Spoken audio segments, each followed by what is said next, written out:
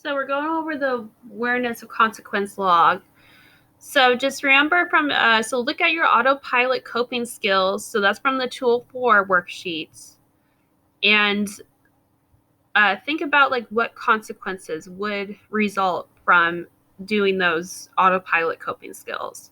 So like, for example, it's like autopilot coping skill, hit a friend when I was upset. So like, let's say how I take out my frustration by hitting people or property or things.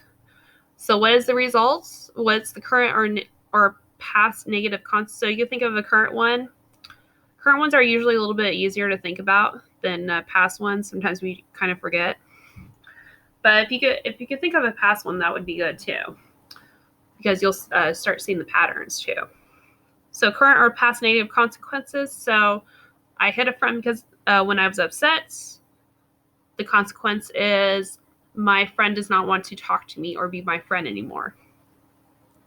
So another autopilot coping skill is smoking pot while at work because I was anxious about my meeting with my boss. So how I cope with my anxiety is I smoke pot.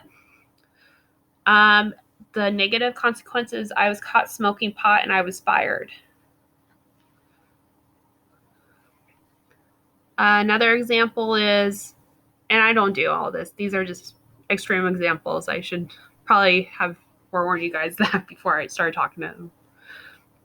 So another autopilot coping skill, I cheated on my significant other because I felt pressured by them about the future of a relationship. So my boyfriend's or my significant other starts talking to me about like what our relationship's going to look like. So again, that causes anxiety and stress. So what I do, my negative consequences, I go and cheat on them. So my negative consequences, my significant other does not want to have a relationship with me. So rather than talking about our future and having this great life, I sabotage it by cheating on them, and therefore they don't want to have a relationship with me at all. And also, like another example, so like let's say you're taking your frustration out on your family or on your helpers that come in or on your roommates, whatever's going on, and so therefore they don't want to be around you anymore, or maybe they are even talk about like suggesting that you find another living situation. So that's another consequence. So those are kind of examples. If you need help coming up with brainstorming, just let me know through email. So questions about recognition of consequences. So just email me your answers or questions, and next lesson I will share them with the group. If you don't want me to share your answers in the group and just want to keep it between you and me, put the word private in the subject section of the email. And again, my email is selfcare.encore@gmail.com. Subject section is self-care class.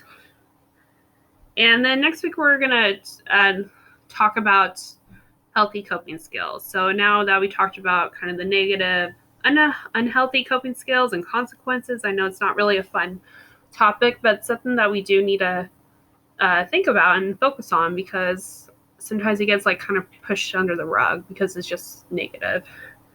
But next week we'll talk about healthy coping skills. So I hope you guys have a good rest of the week and weekend, and email me if you have any questions. Goodbye.